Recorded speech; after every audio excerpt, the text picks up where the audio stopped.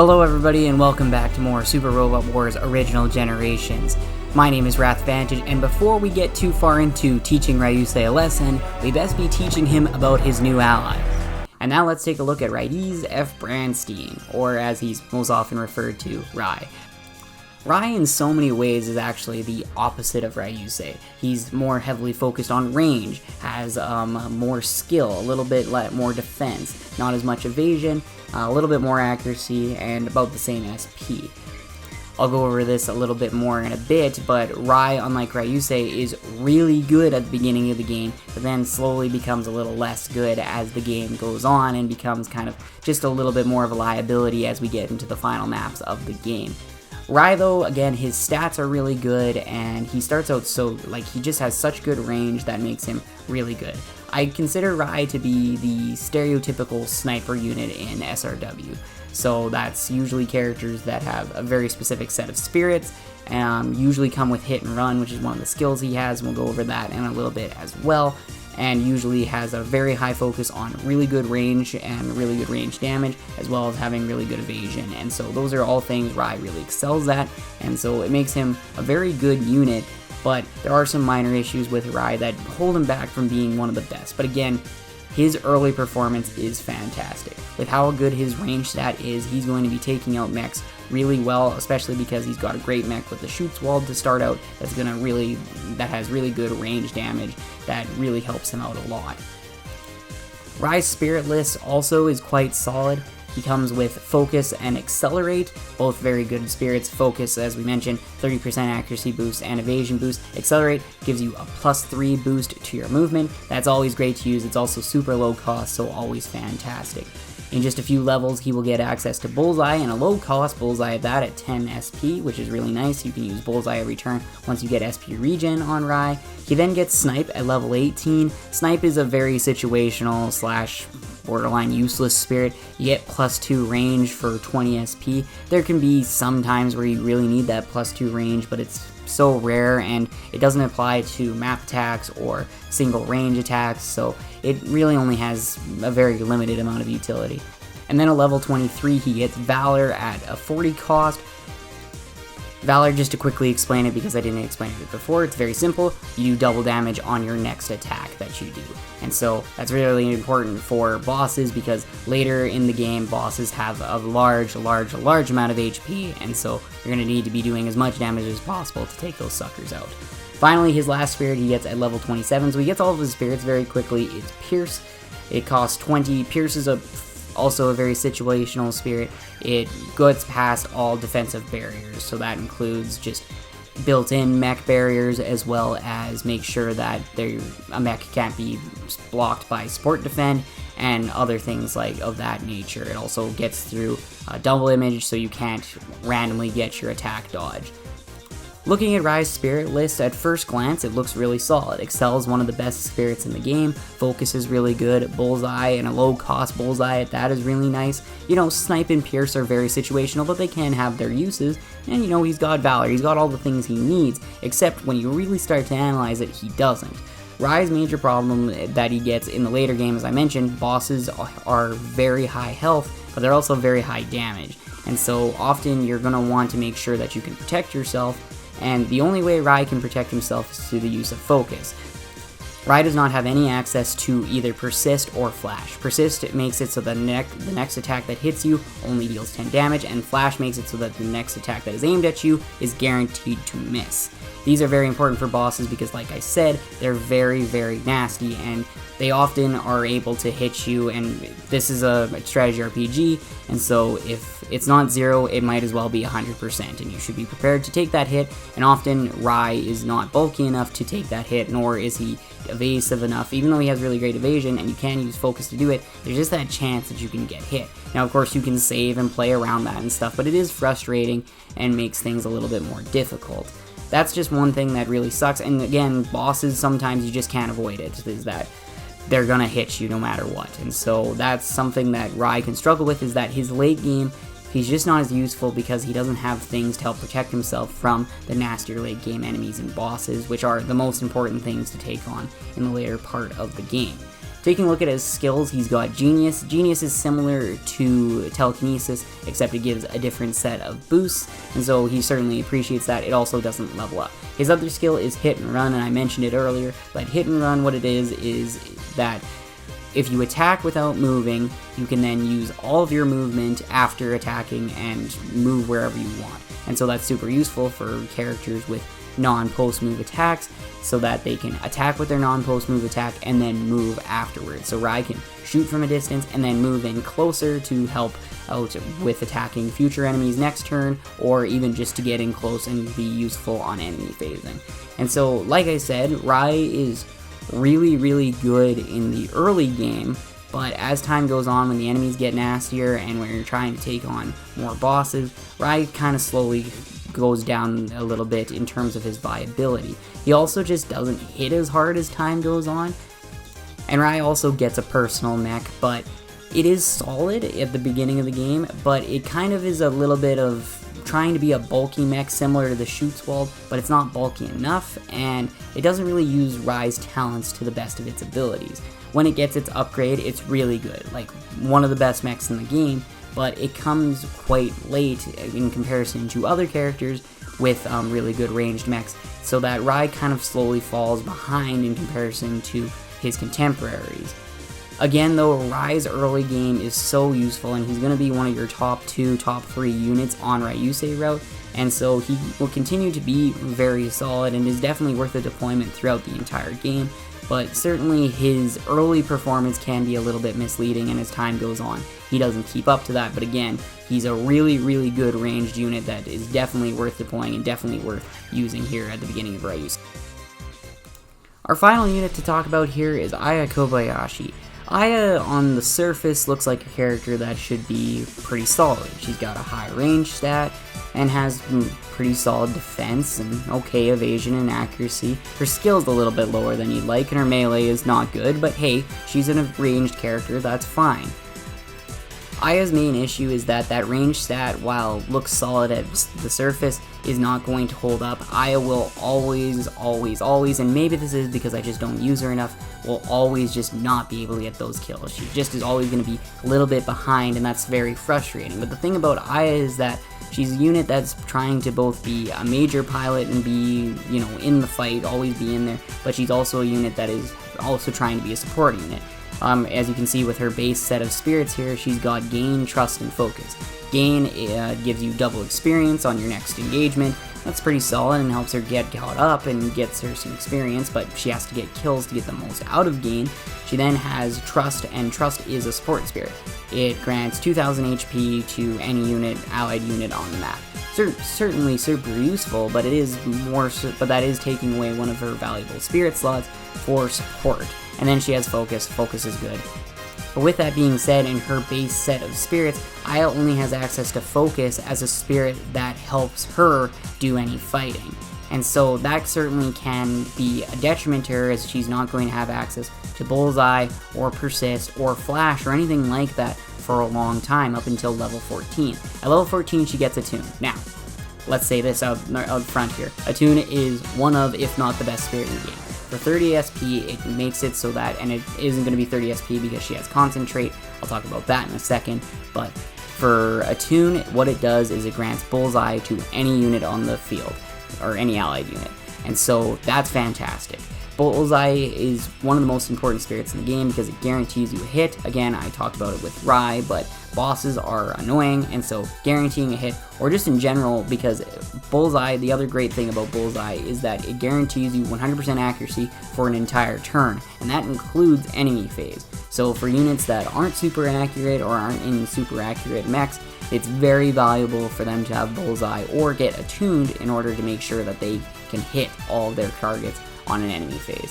So that's really great that she has that. She then gets Valor at level 24. It's a little later than the rest of the boys on the SRX team, but that doesn't really matter.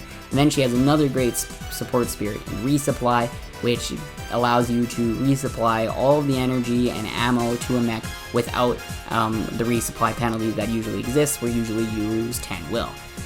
We'll talk about that again later when it comes up, but she's not going to get that until level 33. But as I just said, she has 3 spirits that are support spirits, and then 3 spirits that are for herself. So she's trying to be both a support and a main unit, and that can sometimes lead to her being less than fantastic. She's not awful, again, let me make that be known, but she's certainly a lot of the OG units that are trying to be both support and major fighting forces just usually don't succeed super well.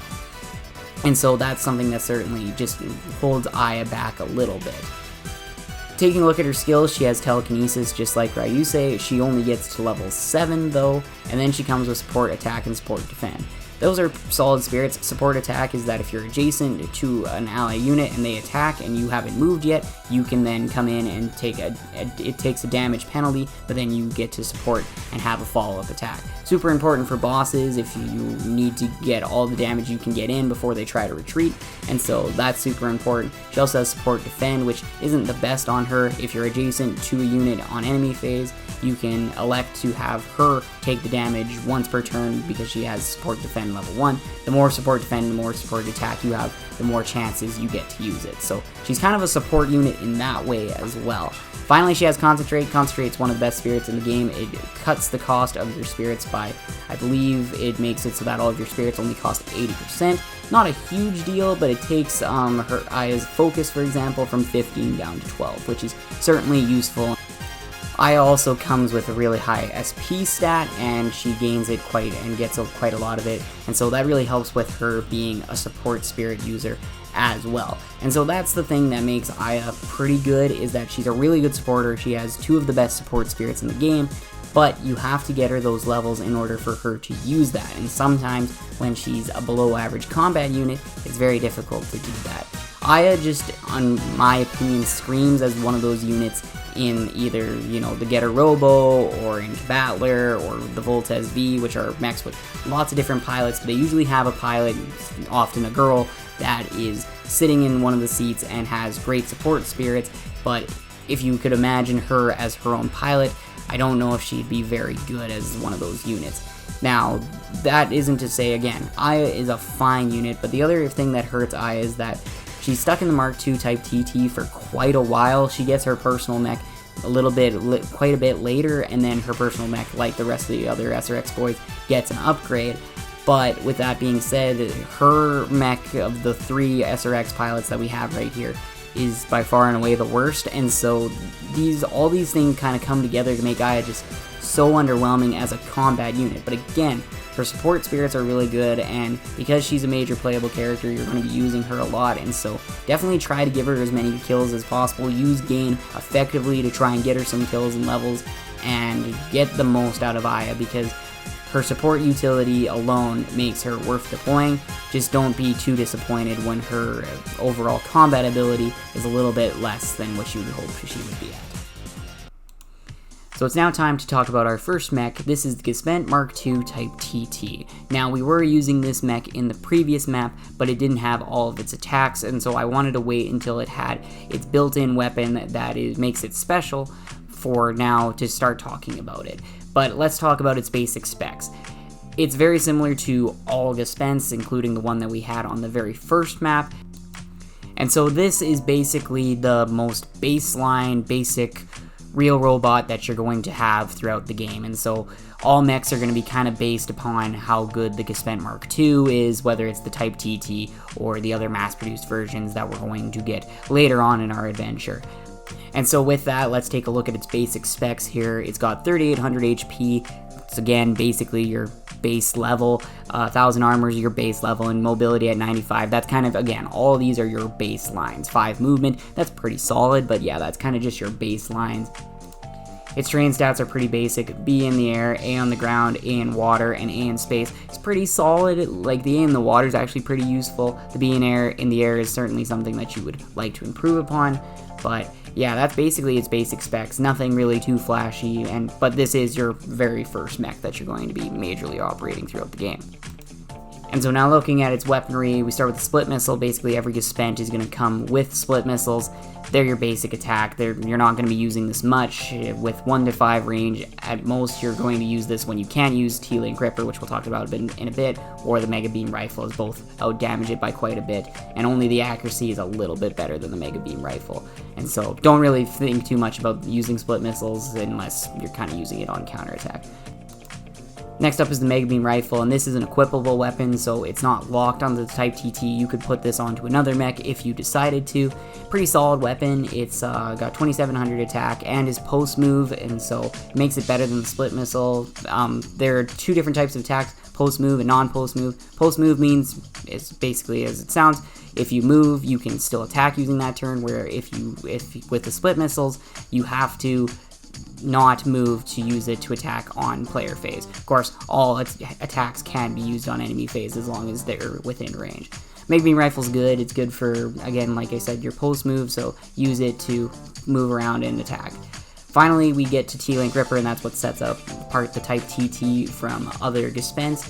It's got 3400 attack, 3 to 5 range, which is pretty good, and post move. It's pretty rare for an attack to have more than range of 5 and be able to have post move, especially at 3400, and so that's really good. It is limited to 6 shots of ammo though, and one other important thing is that you need the telekinesis skill in order to use it, so that's why Ryusei and Aya are going to stay in the Expend Mark II Type TTs, because Rai does not have access to telekinesis. But that's a basic overview of the Expend Mark II Type TT.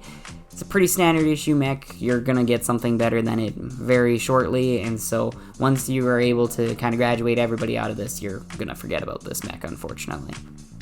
And now we'll take a look at the Schutzwald. On the surface, the Schutzwald doesn't look a whole lot better than the Expend Mark II Type TT, but that additional HP up to 4300 is quite nice, as well as having 1500 armor. It does give up 5 mobility, but that's pretty minor in the grand scheme of things, and so the Schutzwald is much more bulkier, and as you can see, it's called a ranged mech. It is very much more focused on ranged and dealing long range damage. So taking a look at its armaments, the Vulcan Cannon is a 1-range, 1200 type attack. You're never going to use this thing, ever, unless you really need to hit something very lightly, because every other attack that the Schutzwald has is 1 to 4 range or 1 to 7 range in terms of the Twin Beam Cannon. So yeah, you're never going to use this unless you're completely out of energy and completely out of shots. And the Schutzwald is a reel, so you can equip it with other weapons.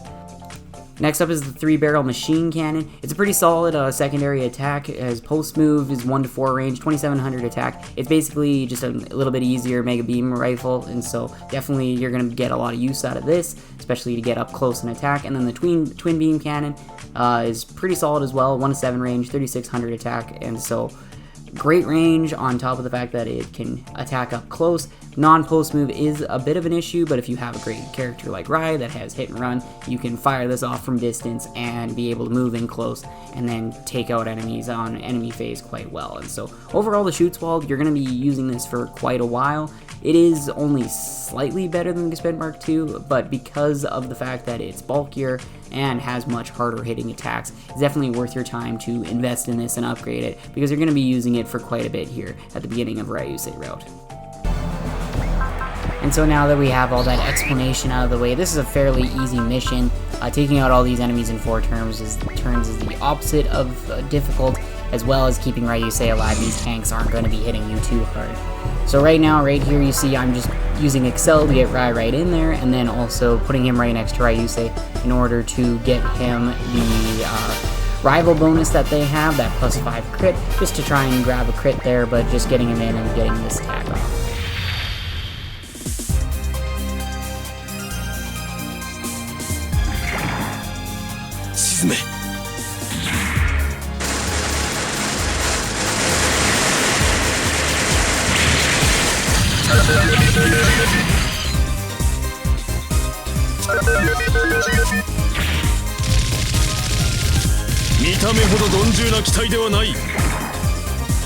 Rai just doesn't grab the kill there, but leaves him at very low HP. That tank will be able to take out very easily. Ryusei, as you can see right now, is already at 105 will. The reason he's at that is because he's our top ace, and so the top ace gets a 105 will bonus upon deployment, Usually most characters will start out at 100 will flat without bonuses from skills or being one of the top aces, or from the ace bonus you get a 5 will health as well. So you can, with enough bonuses, you can get up to, I believe, almost 120 will right off the hop from before you even step on the map, or right as you step on the map, so that can definitely be useful.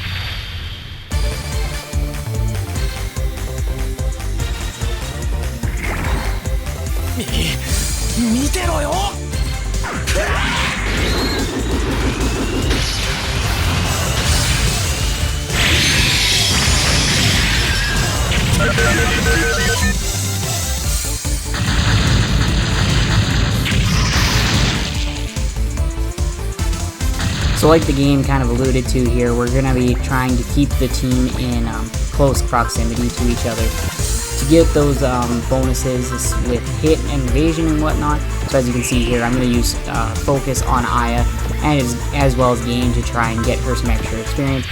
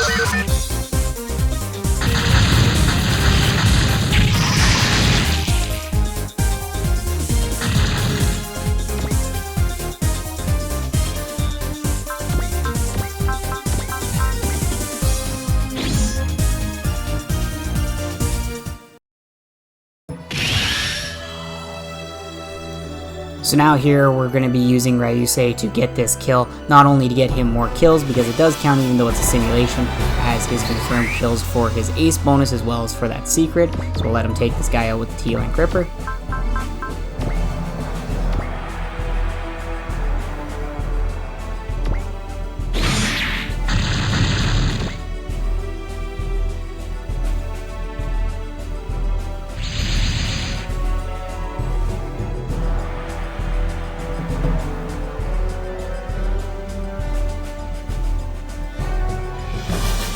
And so as Ingram said, we've got some new fighter jets to deal with. Fighter jets are much more evasive than tanks or PTs, so you're going to be using focus here with Rai and Excel, and I'm going to be setting him on, well, I'm going to have him use twin beam cannon and then be able to move afterwards with hit and run to go on to the buildings there. So that's part of why Rai is so good, is he can attack and then get right in position to be really good here for enemy phase. And then I believe on this turn I'm going to have Aya take out this far tank and stand next to Ryusei to get him a hit bonus as well. So there you go, 100% hit there. Just doesn't take out that tank. That's an unfortunate precedent for Aya to set, but it is true to her character. So as we can see here on this enemy phase, these planes have really good movement. Look at that guy fly all the way over here. The 26% chance with that homing missile, he does hit the shoots wall, but as you can see, the shoots wall's plenty tanky, and then Rai easily takes them out. The one trade-off for having really good evasion, usually you aren't exactly the most dodgy, and so yeah, Rai is easily taking down these planes. Unfortunately, that tank is too far away from us, or isn't going to attack us, so we can't take it out this turn, but we should be able to quite easily pull off getting rid of the last two units to get the SR point very easily here.